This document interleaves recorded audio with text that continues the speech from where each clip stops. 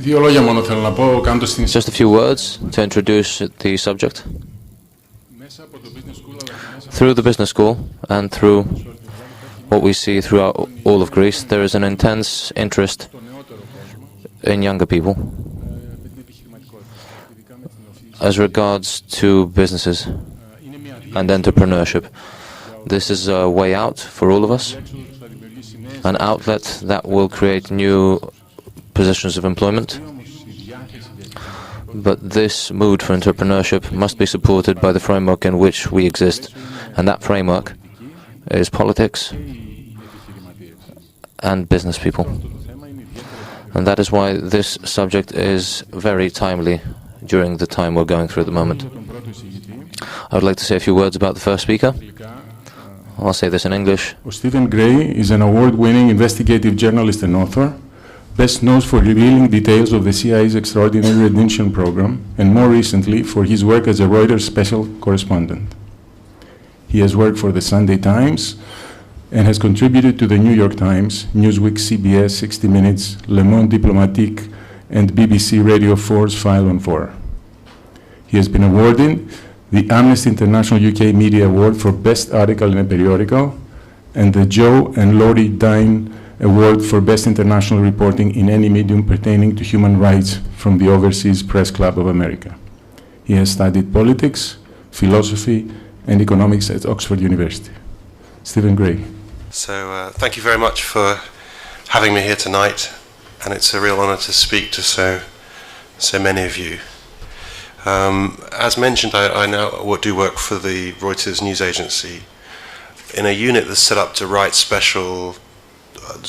write articles that take a little time to research and are designed to serve readers both in Greece and across the world who wish for more in-depth reporting. And I've been invited here because I've spent most of the last year doing summer reporting in Greece. So this is just a perspective of someone passing through, if you like, but with more than a passing interest in this subject of the interconnection between business and politics, because this is really the subject which we tend to investigate. But if you don't mind, I'll stick to explaining some of the facts about what I've been doing this year, and maybe others are able to draw more conclusions from that than in my position simply as a reporter I may not be able to draw. So can everybody hear? The sound is working fine, right? About a year ago, I was reading a report from the Bank of Greece about a lender called the Proton Bank. In January of last year, when the crisis was already on this country, there was a series of loans, 81 million euros, it was reported, that went to 3 companies in the Cayman Islands. Proton approved these loans, the report said, in just a few days, and it never found out who owned the companies. And this is what the Bank of Greece report says. Emphasis is placed on the refusal of the debtors to disclose to the bank and the inspection team the individuals who own shares in those funds. So they've given all this money away to offshore companies without knowing who owned the companies. In the end, this report led to charges issued against the bank's former chairman, Lavrentis Lavrentiadis. He's been accused, as you probably know, of using Proton as a sort of piggy bank to lend over 600 million euros to his group of companies. He denies these charges vehemently, and we'll have to see what the courts say about these accusations. But for me, this was a great eye-opener into the closed world of banking. And I was amazed this could happen. And that's why I'm still in Greece, still reporting. That's not to say that Greece is somehow worse than elsewhere, despite what Transparency International has to say. It's not to say that what I was reading is not something that's happening in other places. I don't believe that, actually. I'm actually more optimistic, because I think nothing we've done in terms of reporting, both as journalists, and I'm just talking about myself, has been possible without the help from sources who provide us with information. And since we've started reporting these subjects, we've been deluged with sources and people who want to provide information. So what I think is we've been publishing is a testament, not that Greece is drowning in a mire of corruption, but rather there are so many people here who wish to use what I would call a bitter opportunity, a situation in the middle of a crisis which people wish to exploit to make their country better. And I think that's a good thing. It is obvious in times like these that stuff emerges. Tassos Teloglu, a Greek journalist that you all know, put it a little stronger than me. He told me, "You can think of this country," he said, "as a large murky lake. In there are buried lots of old cars and junk and even some bodies. Now the water is receding. You can see what's been hidden for so long. People who would never speak now feel unburdened to come forward and explain what happened. And of course there are people with a lot to lose in this situation who do not want to see the mud raked away." I often think I'm getting paranoid, but as Kissinger said, even the paranoid have enemies. In June, we spotted a team of private detectives that were following me around Athens and trying to take a photograph of myself and Mr. Teloglu. I don't know who they were working for. There was an office of a freelance journalist who works in our team, was burgled by unknown people, and I don't know if it was related. But after Proton, I'd been reporting on a series of other banks, Piraeus Bank, the Agricultural Bank, and Marfa Ignatia, a Cypriot-owned bank, as you know, that until last year was regulated in Greece. At Piraeus, there was a story that fascinated me. In April, I reported how the family of the chairman of the bank, Michael Salas, ran a series of private companies which borrowed millions of euros from Piraeus, used it to buy properties, and then rented at least 7 back to Piraeus as branches or properties, as branches, or offices, sorry. In 2006, some of them were also sold onto the bank. These deals, we reported, were not declared to the shareholders. My article stated that Salas and his wife had become a symbol of entrepreneurship for growing this great bank from very small roots. It also added that, quotes, "An investigation of documents, including financial statements and property records, shows the couple may also be emblematic of the lack of transparency and weak corporate governance that have fueled Greece's financial problems." The question it raised in a nutshell was, in a modern Europe, should the boss of a big public company have an undeclared private interest in his own company's real estate? As a result of this story, Piraeus Bank has sued Reuters and myself for 50 million euros in damages. They and Mr. Salas say the true story is not true and malicious. And I can't really say any more on that, except to say we've stood by our reports and we will await the judgment of a court. It's obvious that if we get things wrong, we have to correct what we report. But we haven't finished with reporting on Piraeus. We hadn't finished. First, however, we reported again on the situation with Marfa Ignatia. Losses in the Greek portfolio of Marfin's parent bank, which has now been renamed, sort of a coup, Cyprus Popular Bank, had, according to some Cypriots, been the main factor that drove the whole country of Cyprus to have its own bailout from the Troika. Marfin's losses, the Cypriots claimed, were not just caused by write-downs on Greek bonds, but about a pattern of connected lending. For example, Marfa Ignatia had issued around 700 million euros in loans for clients to buy shares in its sister company, the Marfin Investment Group, which now, as you know, owns Olympic and other companies. And MPs in both the Greek and Cypriot parliaments have warned of serious conflicts of interest. The loans were set up without margin calls, which means as the MIG shares fell, the collateral disappeared. And in the Cyprus parliament, some spoke out to blame the former chairman of the Marfin Bank, Andreas Vanopoulos, for what went wrong. How could Cyprus authorities be fooled by a man who took the capital of Cypriot depositors to Greece and turned it into thin air?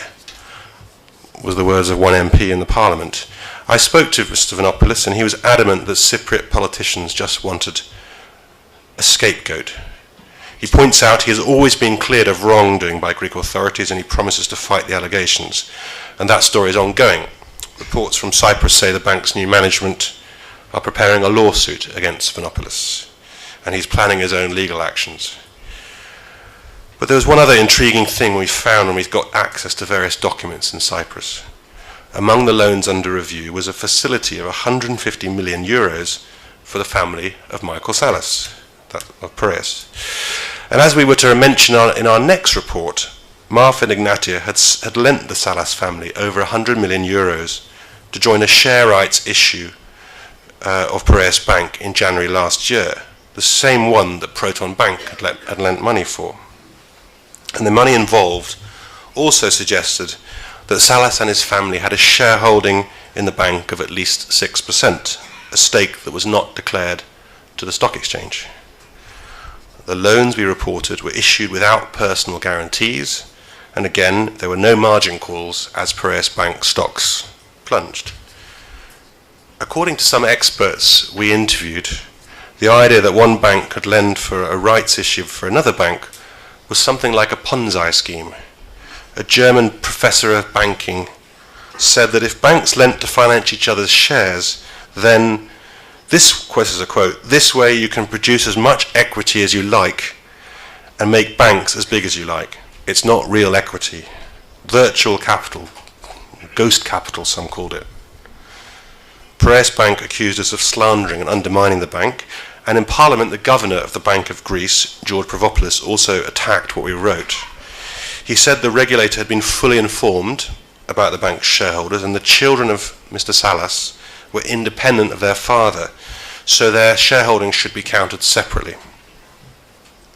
Again, I suppose it's fair to say we were mostly not reporting allegations that, even if we'd proven them, involved a breach of the law. And that's why it's relevant to the topic of tonight, because we're talking about things that we can criticize something even if it's not illegal. In the first place, it wasn't our role to criticize. This is not a campaign, but a project of research. Working with Greek colleagues, we followed a trail of facts with the aim, of course, only partly realized, of shining light on what appears to be unusual practices and unusual conflicts of interest. And secondly, it's the courts and prosecutors who look at crimes.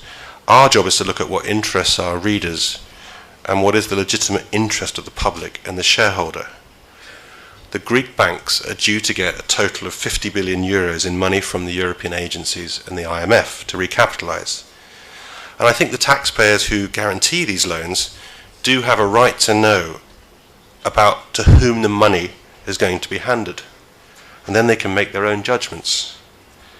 And likewise, let's not forget this money from the Troika is in the form of loans. It adds to the debt of the Greek taxpayer. So ultimately it's the Greek taxpayer who must repay it all. If, for example, bad loans may have been hidden by the banks, the losses will be written off from the capital the Greek taxpayer has put in.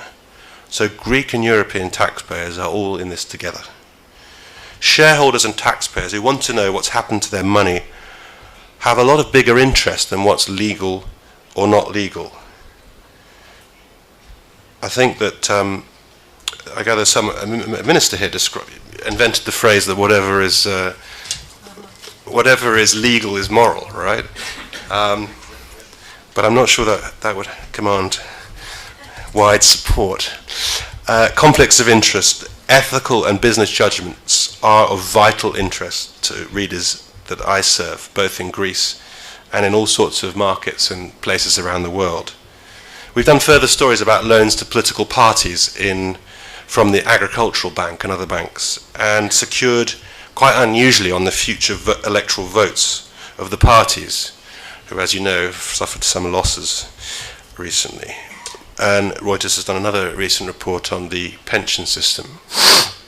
But the last main story I did was about a payoff we discovered happened when the present governor of the Bank of Greece, George Provopoulos, left his previous job at Piraeus Bank.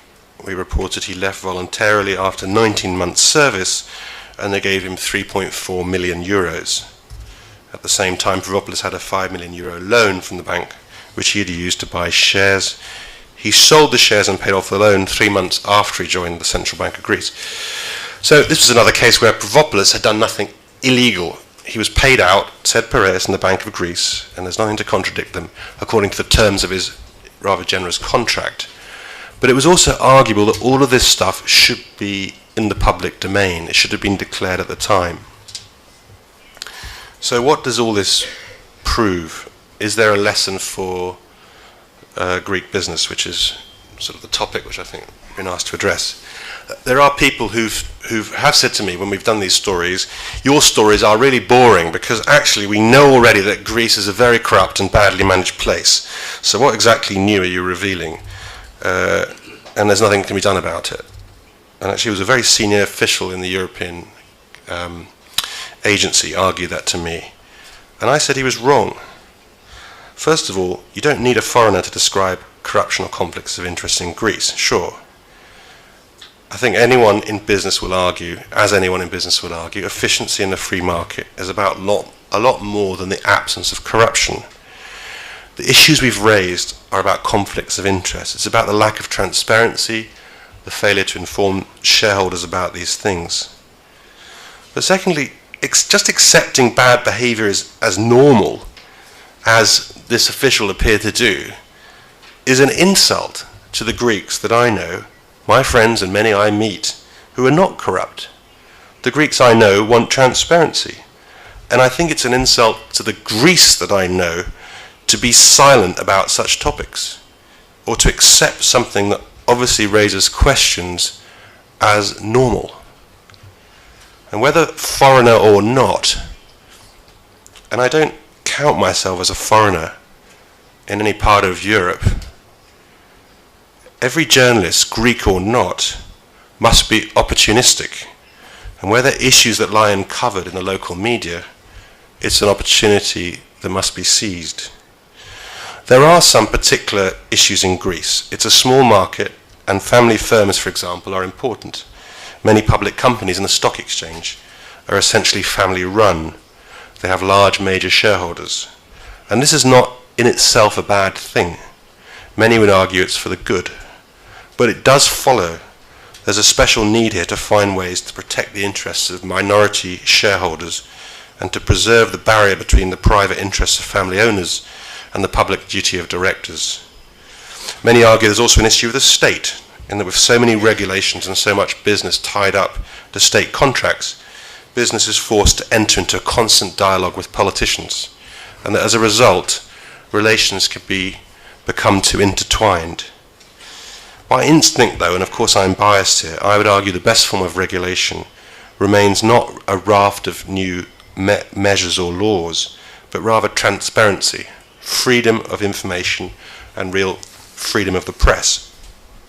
Many things you'd expect to be public are in fact secret here. For example, the share records of public companies are not open and searchable. There is a public register of procurement documents, contracts, but it's designed to be hard to search. And there's no real land registry that functions in this country in most places. The other issue is obviously judicial sanction. It's obvious that criminal cases take years to be solved, and at a time when the courts are struggling, the salaries of judges are being cut. Most of all, though, is the role of the press. There are a great many journalists here, both in the regular media and increasingly in the new media, who will not be cowed into silence about some of the major issues and major interest groups at work here. As I said, what I've learned here, paradoxically, fills me with optimism. I know there are good business people, good journalists, good lawyers, good prosecutors, good politicians, none of whom require lectures from outsiders. I and my colleagues have a constant struggle to get things right, to remain cool and balanced and fair. And I think when we get things wrong, and when I get things wrong, I need to correct them. But we must also be resolute in trying to report openly, without fear or favour, the reality of how business is done here and everywhere. And I hope that in that way, we journalists can play a small role in serving Greece in this current situation. Thanks a lot.